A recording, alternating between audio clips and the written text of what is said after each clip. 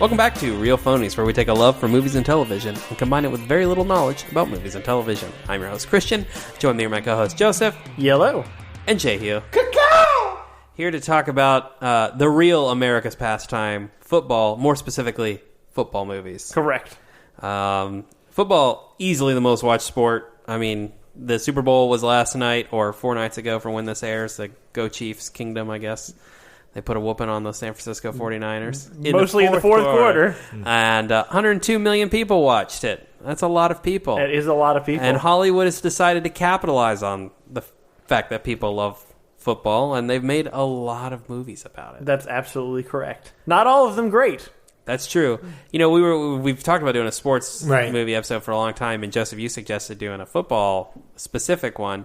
And at first I was like, there's no way I've seen enough. And then we started listing them off, and I'm like, shit, I have seen a lot of football movies. I was literally going to be like, when I got here, I was like, okay, well, this guy's on you guys, because I don't think I've ever watched a football movie. I've watched a lot of sports movies, but never a football one. But then when you guys started talking about it, I was like, oh no, I've seen lots of football movies. Yeah, I forget that they exist, but there's a ton of them out there. I mean, I saw just a lot of them in high school because they were a thing that my teacher put on when they didn't want to teach us. That's funny. A lot of football movies aren't really about the football, though. Let's be honest. They're about the things that are going on around the football. Right. I mean, there are certainly some on this list that aren't even about that. That's also true. I'm just curious, Joseph, I know you're a football fan, but Jehu, as a person who's not really like a sports guy, what's your attraction to sports movies, and what do you like? What do you get out of them? It's funny because I was thinking about not liking sports, when we were talking about this. And, I did watch some sports when I was younger. I watched a lot of basketball. I watched some baseball, stuff like that, but I never watched football. And I think for football, it's just because I didn't grow up around it. Yeah. Like, Kentucky is a basketball place. It is not a football place. You got UK. What else do you Yeah, exactly. But yeah, I don't know. They're usually pretty simple underdog stories that, they love a good underdog story. Put on and turn off your brain. But even the ones that we'll get into that aren't really like that are like sort of more darker behind the scenes one, I don't know. I guess it's easier for me to enjoy like if say something I care about, comic books. If we were going to do if they were going to do a movie about the dark underbelly of comic books, I would get more defensive about what they got right and wrong because I know something about it. This, they can fuck it up all they want to because I don't know anything. It all is real to me. Well, what's interesting to me about a lot of these is most of them are either A, historical fiction, or B, just fiction. Right. There's not very many actual. We will talk about a few, but none of it is let's encapsulate this great season this team had, and they overcame all these odds. It's either A, about the individual, or B, it's all bullshit. Right. And so it is weird that because I feel like Miracle is a team movie. Yeah. But you don't have that version in football or football movies. And it's just odd to me. I'm trying to think of a real life football movie right now, and the only thing I can think of is when HBO did that one about Monday Night Football. Yeah. Which wasn't even about football, it was about sportscasters. So. Yeah. Well, let's get into the movies. There's enough about Sounds good. the background. We'll start with one that I feel like is probably the earliest one on our list, and also a more recent one on our list, and also one that later has Adam Sandler in it. The Longest Yard. Yeah. Starring Burt Reynolds. Originally. Yes. And in the remake. Subsequently. This is a comedy. Yes. Dark adult comedy. Yeah, it's a bummer. Yeah. I've never seen the original. I've never seen the original, but it was when I was a wee little youngster. Yeah. I mean, apparently popular enough for them to want to remake it. It's about a quarterback who goes to prison, and they make a prison league football team and fight against the guards, or play against the guards. They play against the guards. I think it's funny that casting Burt Reynolds as a football player makes sense. One, he played football. At the Florida State University. Correct. And two, he's just a manly, macho, masculine dude. Right. Well, he was definitely the beacon of that in the 70s. For sure. So I don't really understand how in the early 2000s, his early 2000s equivalent was Adam fucking Sandler. Well, I think that is more of reference to Waterboy than it is to anything else. Yeah. See, I'm pretty sure Adam Sandler played football. He's definitely like an athlete. He maybe didn't to the level that Burt Reynolds did, but I remember a Burt Reynolds interview at the time, which I don't know if you guys follow Burt Reynolds, but everything he said was so fucking curmudgeonly during that era. But he said, the reason I agreed to this is because Adam Sandler's a jock. I wouldn't do it unless the lead was a jock. I know that Adam Sandler is pretty good at basketball. Right. Let's backtrack on Burt Reynolds again. He did play at Florida State University. But I'm pretty sure he tore his Achilles his freshman year, lost his scholarship, and never played a down football again. So he didn't do a lot. Right. So it's weird to me he would be a curmudgeon about that since he really wasn't. Right. Coincidentally, Burt Reynolds' college roommate was famed college football broadcaster Lee Corso. Right on. Yep.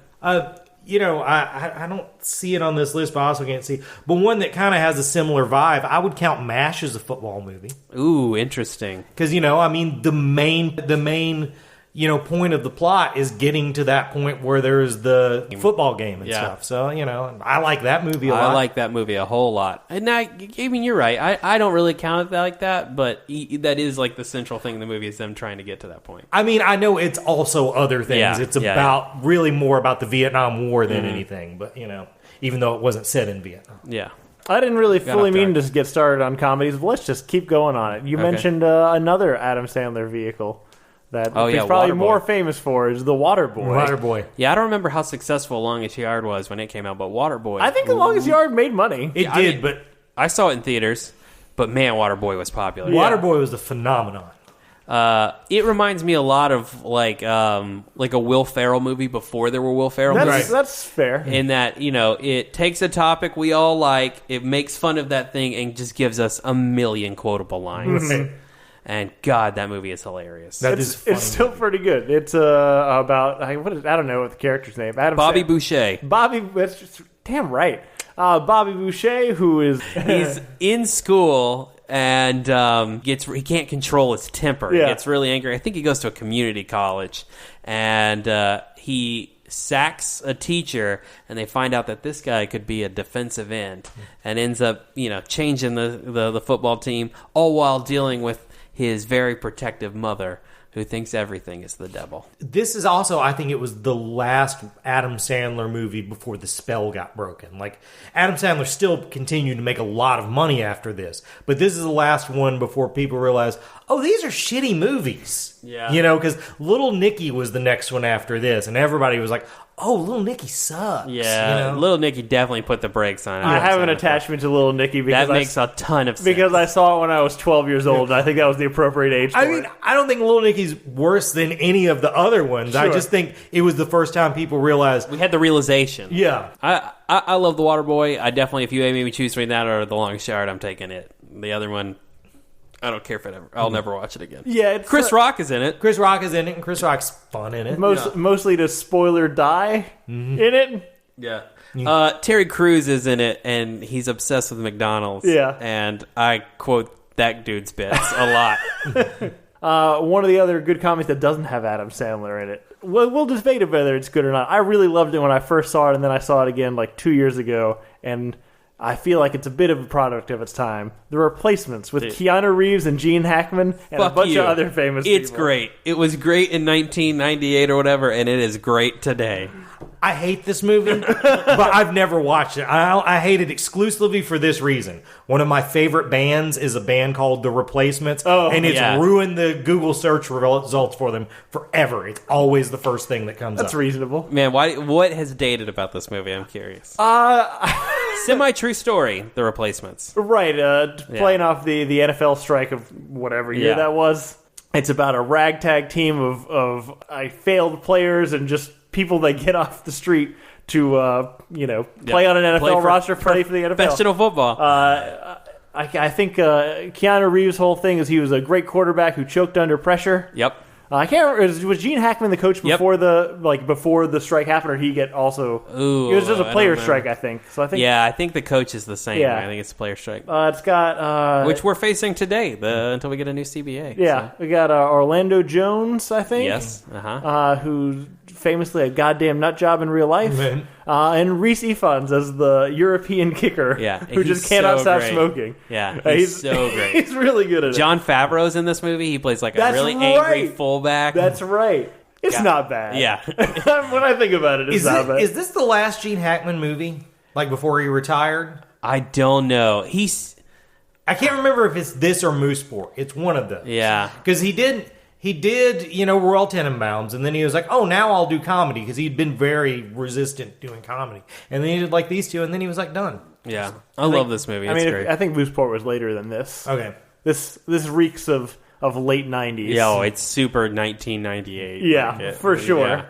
Yeah. I love this movie. It's okay. I'm turning around on it as I'm talking about it. So we're going to move on to some more dramatic fare, I think. Some ones that are definitely tried for drama and, won Oscars for it. The Blind Side with Sandra Bullock.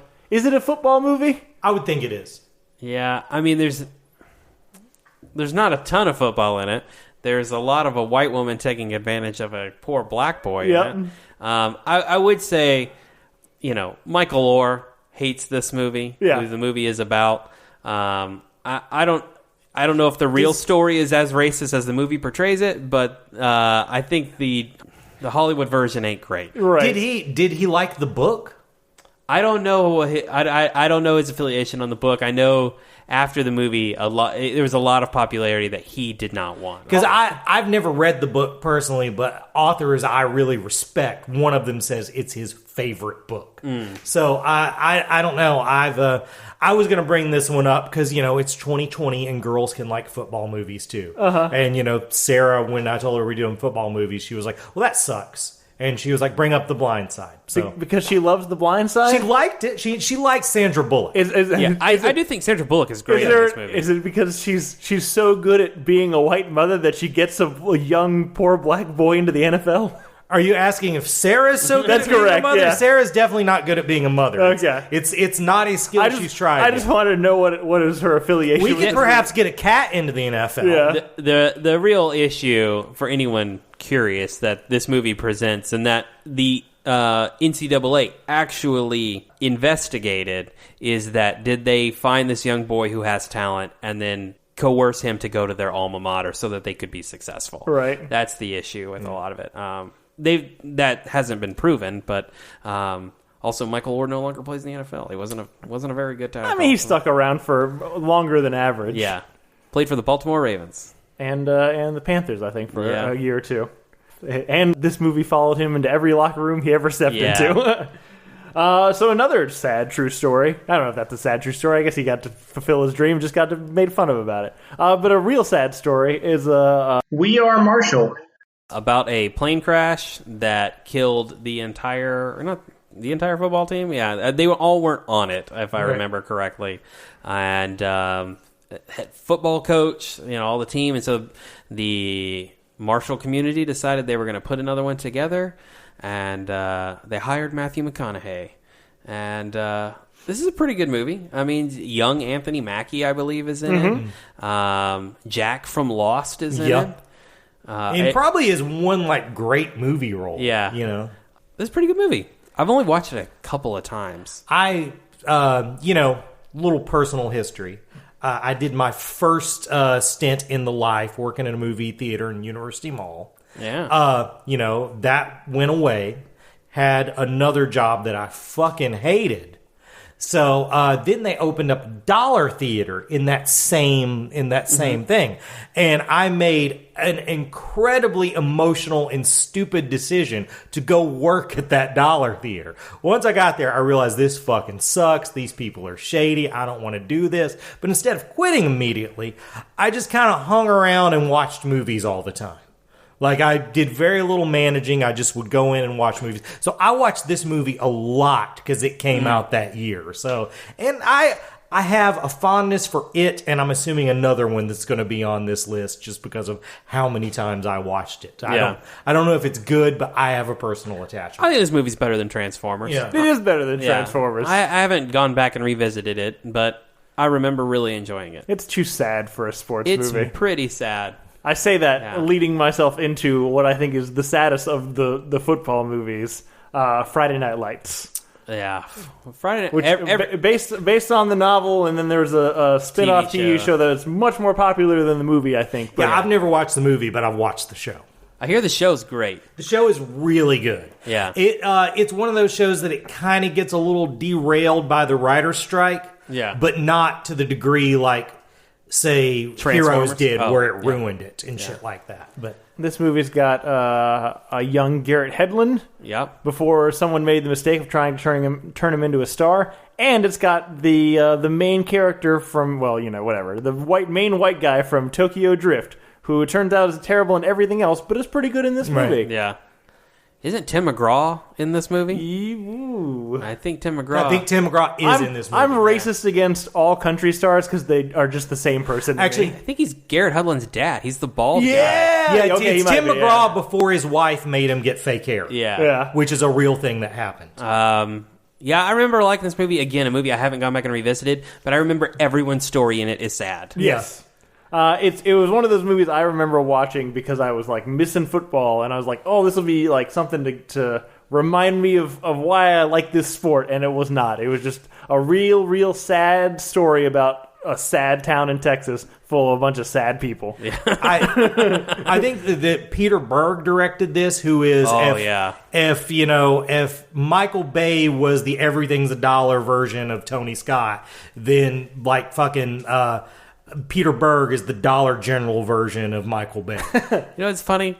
I prefer Peter Berg movies. I do too. Totally, I totally do. But you're absolutely really right. Wants to go for that look. Definitely everything from like Armageddon, Pearl Harbor, that generation of Michael Bay, like heavily influenced Peter Berg, and he may have been in one of those movies. Right. He definitely seems like he would have been. And if you've watched a Mark Wahlberg movie in the last 10 years. Probably directed by Peter Berg. Right, Those dudes love each other. Yeah.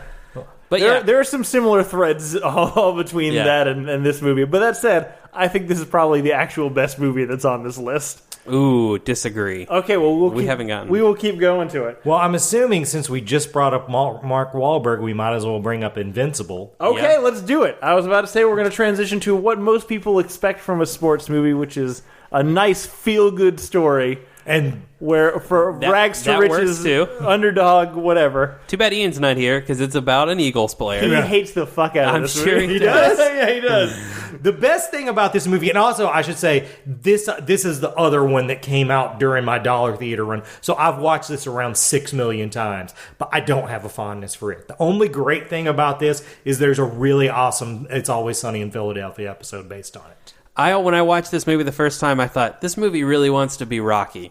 Yeah. And it's not very good at it. But it's about a guy who goes to a walk-on tryout to play wide receiver, I believe, for the Philadelphia Eagles, and somehow ends up making it. Right. I don't know that he actually played receiver. I think he played on the kick return team, if I remember correctly. But yeah, I watched this like one time. I didn't love it. I'm not a big Mark Wahlberg guy. Yeah. Mark Wahlberg is not an actor. You know, he's made some. I mean, Boogie Nights is probably a top 10 movie for me, but it's not because of Mark Wahlberg's act. I stand by Two Guns, but that's about it. I was gonna say Two Guns. That's about it for Mark Wahlberg. Yeah. We'll go into, since this was probably Ian's least favorite movie because it disrespects Philadelphia, in his opinion, we'll do his favorite football movie, even though he's not here. Any Given Sunday. What's the fucking director of this? He did JFK. Oh, Oliver Stone. Oliver Stone. I hate all of his movies. I don't like the style of them, so I find them very hard to watch. I did not enjoy this movie. Oliver Stone, if there was an award given for most cinematography, he would win it every time. He's watching his movies is like watching an episode of the 60s Batman show. There's just all the angles and the cuts and the flashes and something. I'm really surprised this is Ian's favorite because I love this movie too, but I think I love it specifically because I don't give a shit about football, so I don't care that it gets it so wrong. I thought football fans hated this movie because it gets it so wrong. I don't really care for this movie because I feel like it's way over the top. I feel like It it's is. overacted. I feel like the tension is way bigger than it needs to be.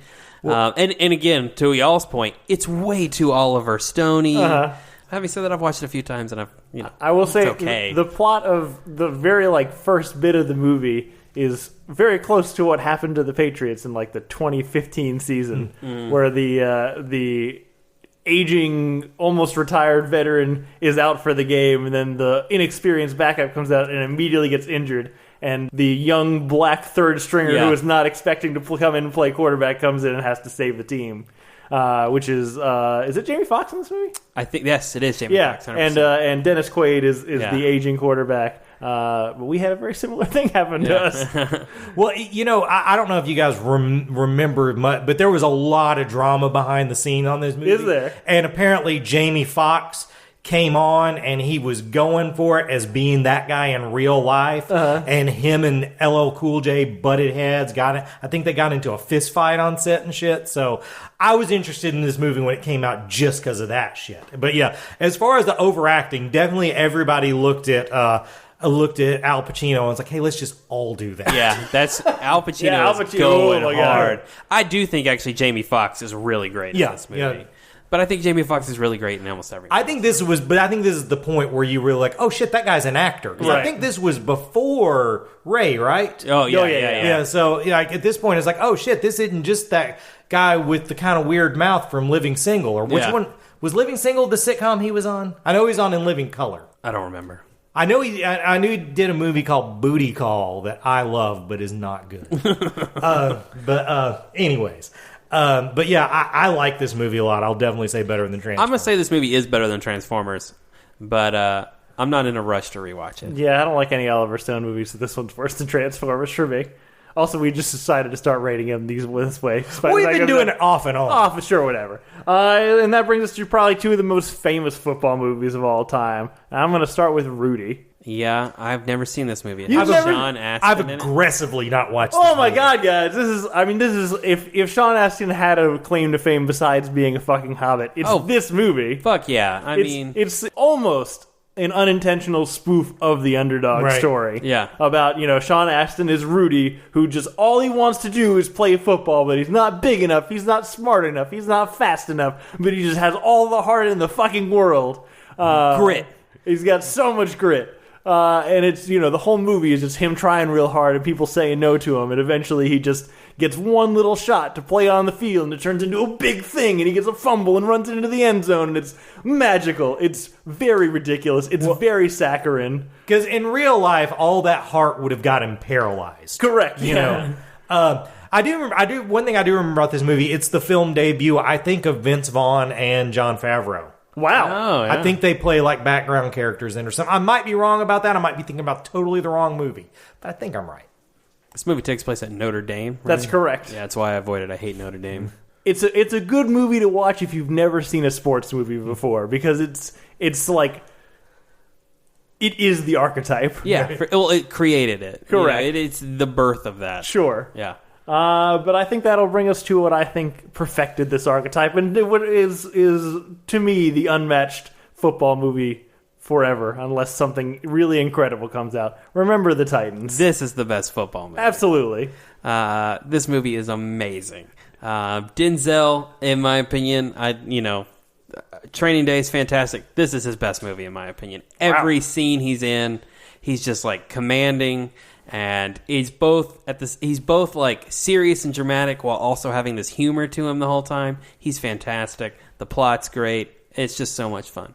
I love Remember the Titans. It's one of those movies where again, it is like super by the numbers, but it's just executed so well, and the characters are so likable that it doesn't matter. Like it's the best possible version of this story.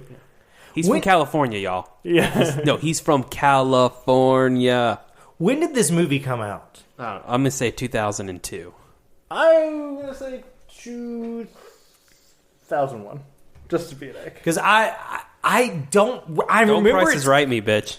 I remember it's good, but I don't remember a lot about it. 2000. Damn, I wanted to say 2000, but I was a pussy. So the reason, the difference between you and I, and maybe Christian, is that, again, if there was a day at school, during this isn't like one class, this was like me from middle school through the end of high school, where anybody didn't want to teach. Yeah. It was fucking Remember the Titans. Right. I've seen Remember the Titans at least 15 times. Yeah. The only other movie that I watched that much is Drumline, because our band teacher loved fuck Drumline. you. What a sacrilegious movie. So Remember the Titans is really great because it's about the desegregation of a Virginia school, Right. And and how this community came together over a football team, and how they hired a African American coach, was the first in the state, and all in the first season they won the state championship, and overcame racism. yeah, and they beat racism. Yep. I've heard some questionable things about how truthful the film is. I don't care. It makes me feel good. I like it. That's what it's there for. I, by and large, don't care how truthful movies are. You know, like you know, I don't know. Unless you're saying something that's really harmful to like a person's legacy, I don't give a shit. I only care when it's movies I dislike, and then I use that as further reason to dislike that movie. I think I'm on board with that. So this has got a bunch of people in it. that so many people. You know, whose careers well Ryan outlasted. Gosling. Ryan Gosling is in this movie. No hands. We've got no speed. It's got Donald Faison from Scrubs. He plays Petey. It's got that one guy who's like everybody's best friend or second man, who's the other coach, whose name I cannot remember. Oh, yeah. He's in Armageddon. He's in everything. He's in Oh, is it Will Patton? Are you guys talking about Will Patton? Maybe. Blonde, bald. balding, kind of blondish. Always has like 5 o'clock shadow. Maybe that's not the guy I'm talking about from I Armageddon. just had it brought up. So. Bring it up again. I think it's Will Patton. It's definitely Will Patton. It's Will Patton, for Will sure. Patton was in everything as the second guy for a while, and now you hardly ever see him in anything. The last thing I remember seeing him in was the last Halloween movie. Ryan Hurst, Hayden Panettiere. Yeah, I know. I didn't even remember that she was in this. Yeah, she's like real young in it. Yeah.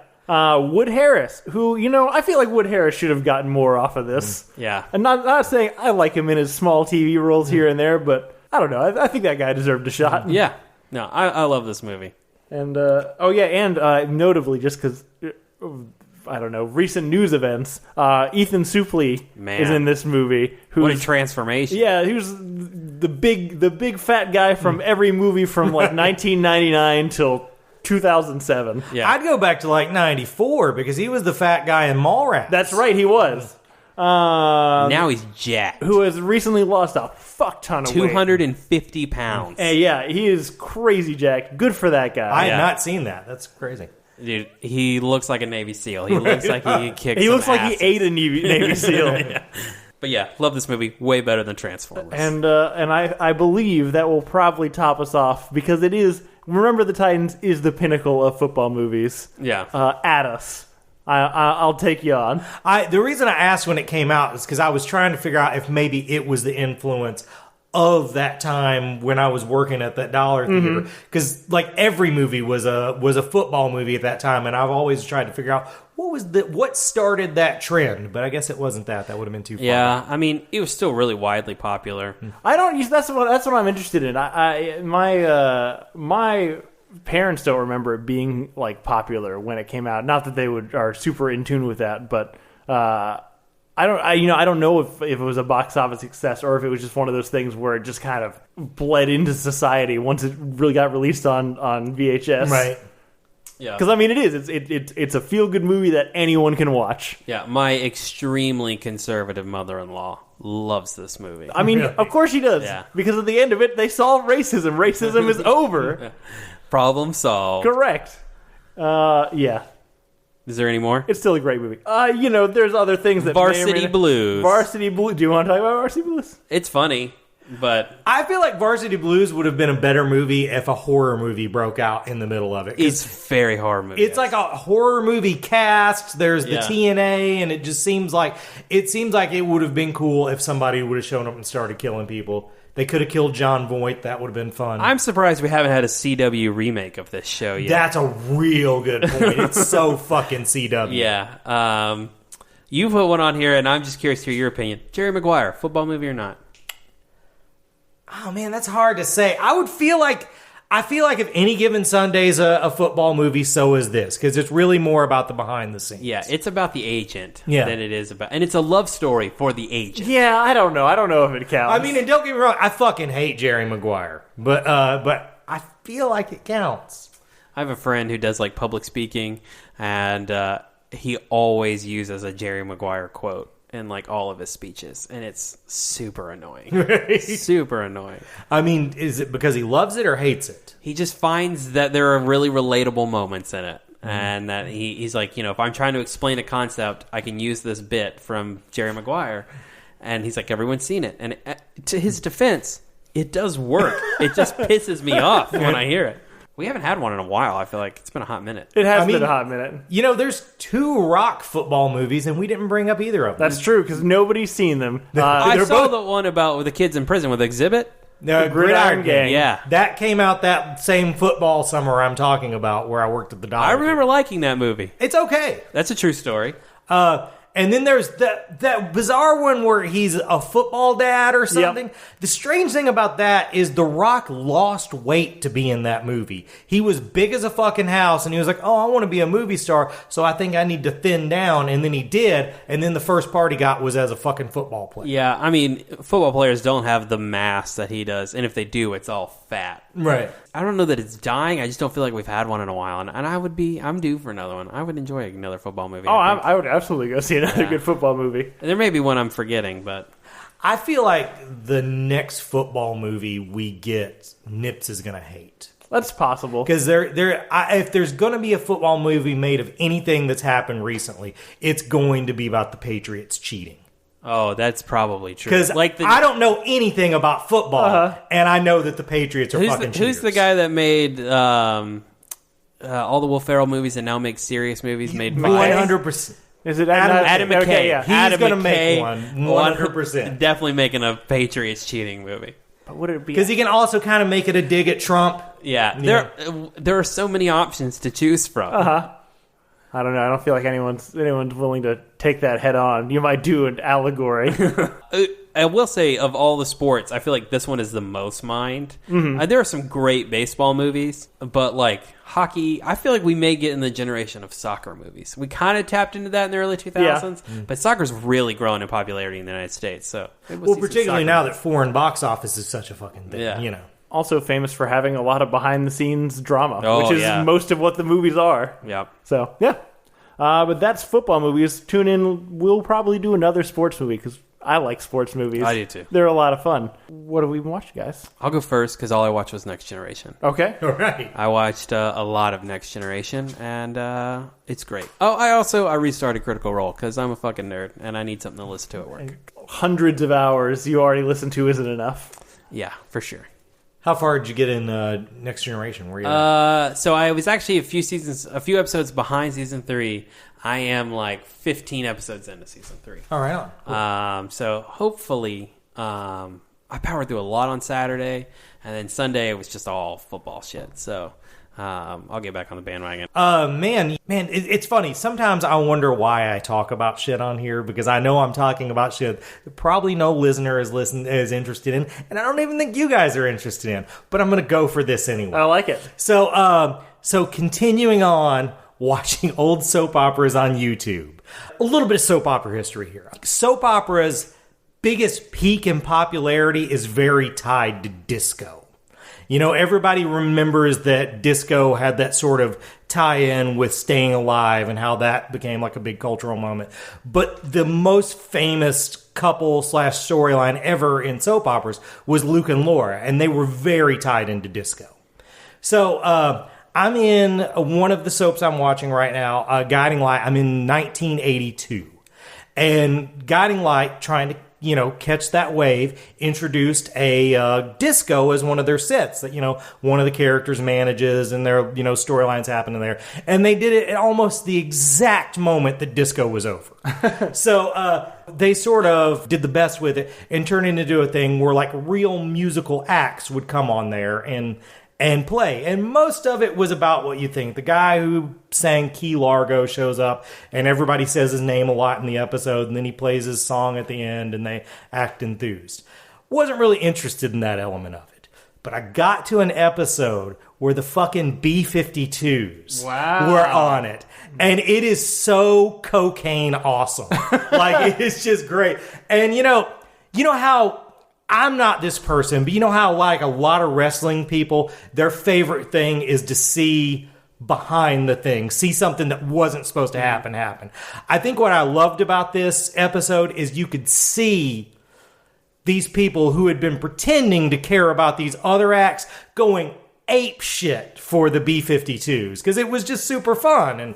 And I guess I don't know, the reason I bring that up is that, that's what you do this shit for. You're fucking shit that you're passing time when you dies, though, where things come together and make you happy. And I was happier in that moment that the B-52 showed up in Guiding Light in 1982 that I didn't watch till 2020 that I probably have been in months.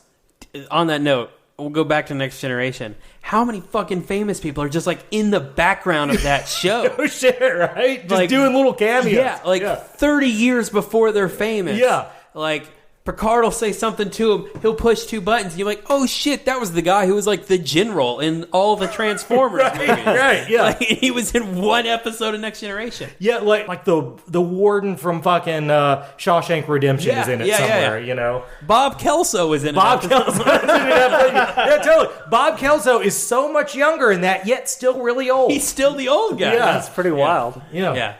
He's also a total asshole in that episode. Yeah, I mean... Typecasting. Yeah. I watched a fair bit this week. One thing I wanted to mention that I didn't watch this week, I watched previous week, is the Safdie brothers short film they released after... their Oscar snub. Yeah, after Uncut Gems did not get nominated for Best Picture or anything. Anything. No noms.